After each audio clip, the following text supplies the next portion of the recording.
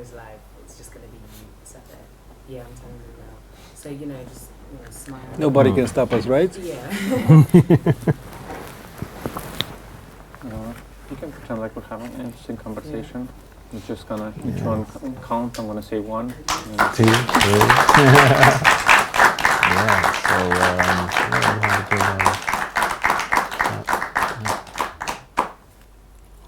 Hello everyone, I'm Marius, and together with Fatimah and Emmanuel, we want to say welcome to another episode of Funny Hour. Today we have here one of the most important and funniest stand-up comedians from Romania out here in the UK comedy industry. So, ladies and gentlemen, please welcome Radu Isac. Thank you. Thanks for having me. That's so nice of you to say so. I feel that I no need to say it, but Radu, I'm really curious about this because I've seen one of your previous shows, and I noticed like you made a joke about British people are being too polite. Yeah. Why did you? I remember that. Why did you make a joke about that? I do find that they are very polite, and that kind of makes me paranoid because I never know when you're just saying something to be polite, or when they actually mean it. And now whenever somebody does something nice for me, I don't know. It's just a paranoia in my mind constantly. It's kind of confusing. So when did you decide you wanted to be a comedian? When I saw my grades in school.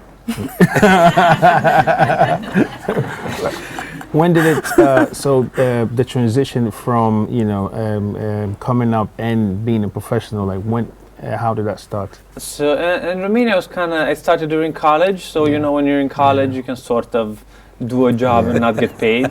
Fair enough. Yeah. Society accepts that of people. Yeah. So I just I did that in college, and by the time I should have finished college, I was making a living out of comedy. Interesting. That was it for me. yeah, but it's Romania. You can do whatever you want, so it's all right. Radu, we know each other for a long time. Although I want to ask you, how did you actually break in this UK comedy industry? Because it's not so easy. It took a while. It took me like 10 months, I'm gonna say, which doesn't sound like a long time, but it is a long time when you're actually doing it. So I just did like all the open mics and then all the competitions, and I was funny at all of them. And no. I was funny enough so people kept calling me back, and eventually just kind of progress, and you get more and more bookings, and then when your calendar is full, call your mom and tell her. That's quite interesting. That's quite interesting. How do you come up with material? Like when I kind of talk about what I want to talk about, like whatever's in my head. Yeah. I just start talking about it, and then I keep doing new material nights until I figure out how to talk about it to an audience that doesn't know why I'm talking about that.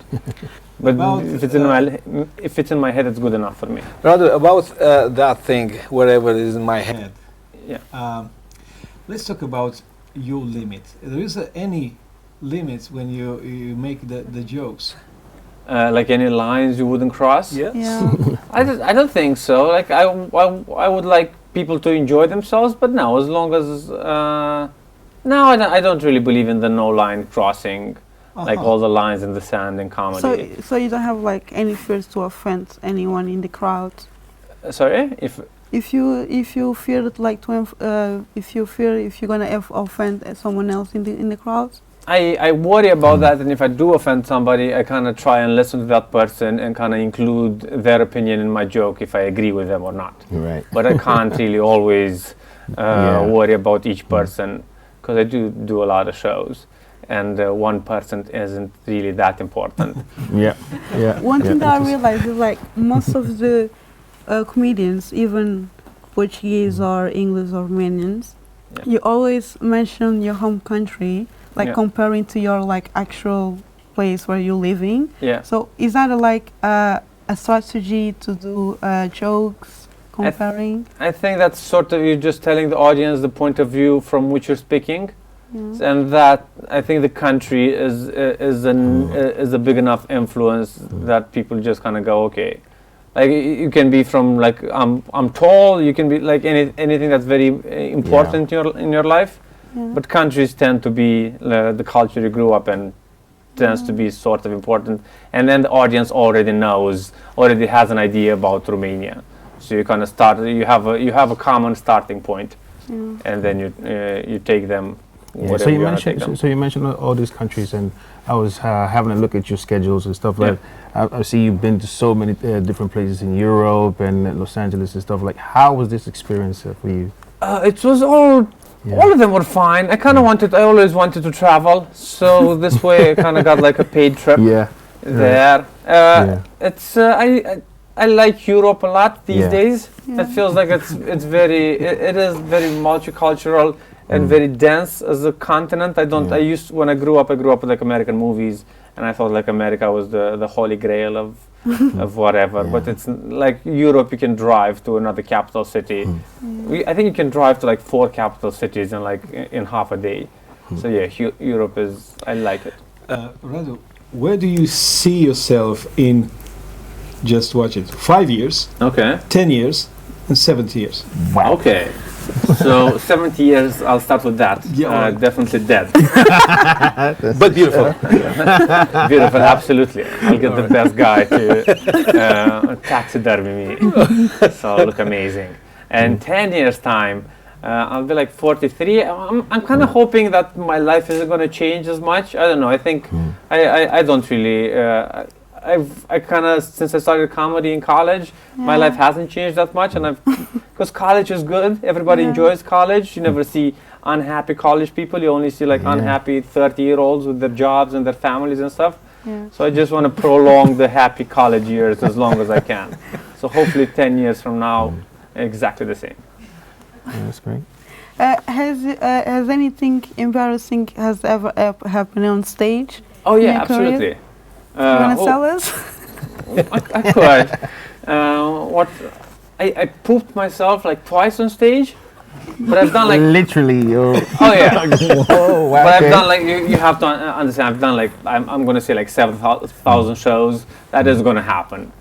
But then it's also it is kind of an amazing experience because you just kind of go up there and do the jokes, and it teaches you that people only see what you're telling them. Nobody noticed. This is the first time I'm saying it out loud. And what about like when you makes you trust yourself. Wow. Would you say that is the most memorable moments of your career on stage? I don't want that to be the most memorable.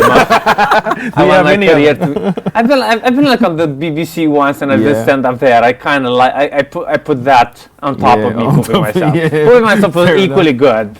I don't want to insult pooping. If you weren't a comedian, what do you see yourself doing? I don't know. I honestly.